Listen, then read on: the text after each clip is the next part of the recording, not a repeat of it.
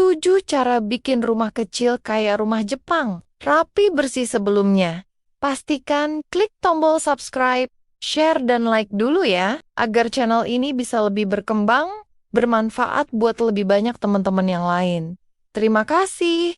Yuk lanjut deh. Halo mam semua. Rumah kecil itu sering dituduh macam-macam. Dibilang sempit, dibilang gak enak dilihat, dibilang susah rapi.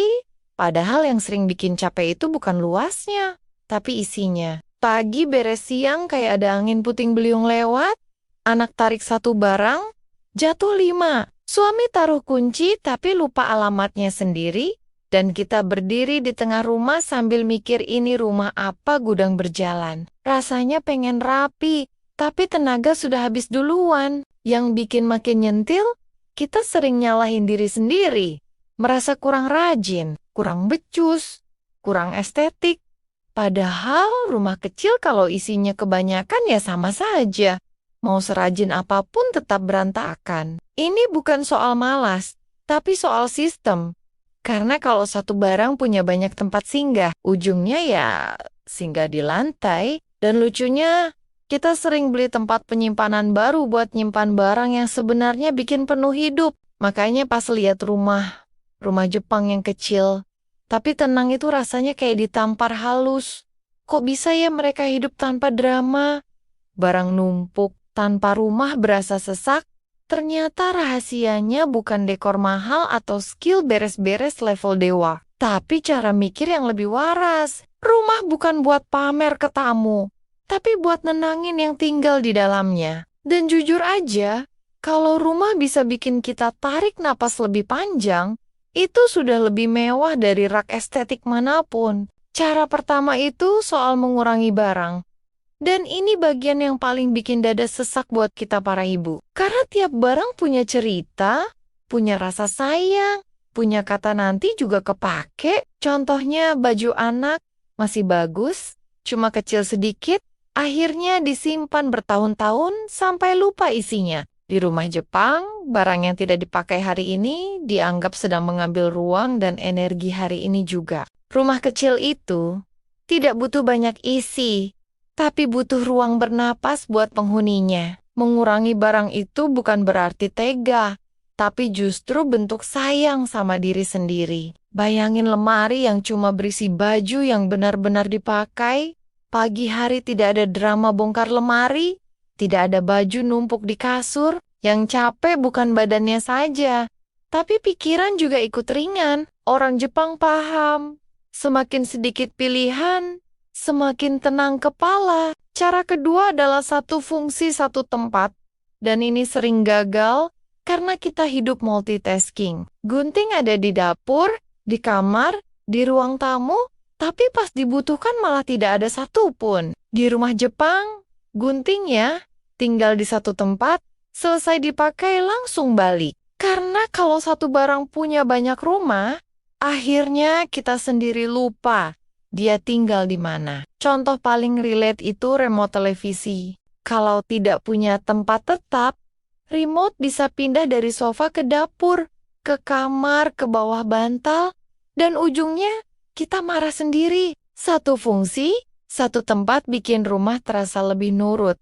Bukan karena rumahnya pintar, tapi karena kita tidak perlu mikir ulang setiap saat. Cara ketiga adalah soal menyimpan barang karena guna, bukan karena sayang. Ini berat, apalagi buat ibu yang terbiasa mikir semua masih bisa dipakai. Panci gosong yang jarang dipakai, toples tanpa tutup, kabel entah milik apa. Semua disimpan karena merasa rugi kalau dibuang. Di Jepang, barang yang tidak dipakai justru dianggap sedang mengganggu alur hidup. Coba bayangin dapur kecil, tapi isinya cuma alat yang benar-benar dipakai harian. Masak jadi lebih cepat, bersihinnya juga lebih ringan, dan emosi tidak cepat naik. Sayang barang itu wajar, tapi lebih sayang kesehatan mental itu jauh lebih penting. Cara keempat adalah minim sekat.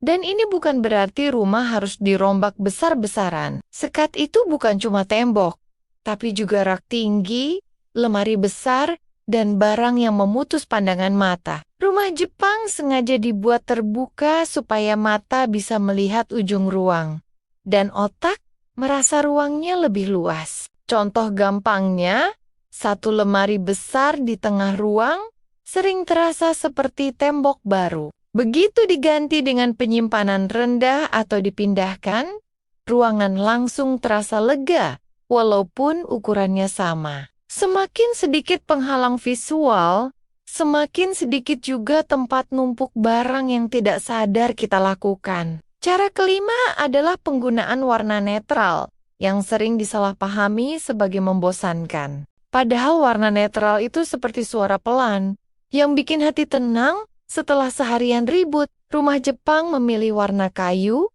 putih, dan krem, bukan untuk gaya, tapi untuk menenangkan sistem saraf. Bayangin, pulang ke rumah dengan warna terlalu ramai, mata belum istirahat, tapi sudah disuruh kerja lagi. Warna tenang bikin rumah terasa bersih walaupun tidak sempurna. Dan ini penting buat ibu yang capek secara emosional. Cara keenam adalah menaruh barang sesuai frekuensi pakai. Barang yang sering dipakai harus mudah diambil dan mudah dikembalikan. Kalau ambil sapu harus bongkar dulu 5 barang.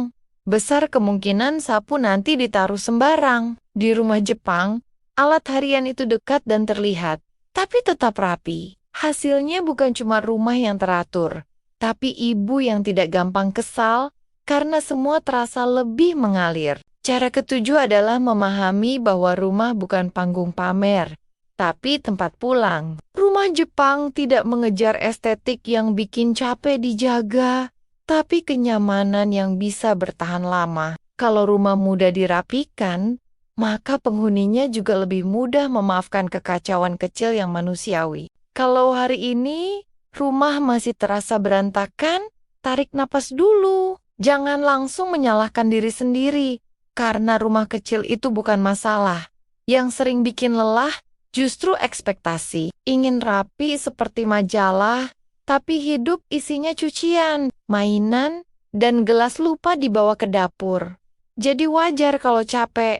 Yang tidak wajar itu memaksa diri harus selalu sempurna. Rumah kecil seharusnya jadi tempat pulang, bukan arena lomba kerapian. Tidak perlu semua sudut estetik, yang penting hati tidak ikut berantakan.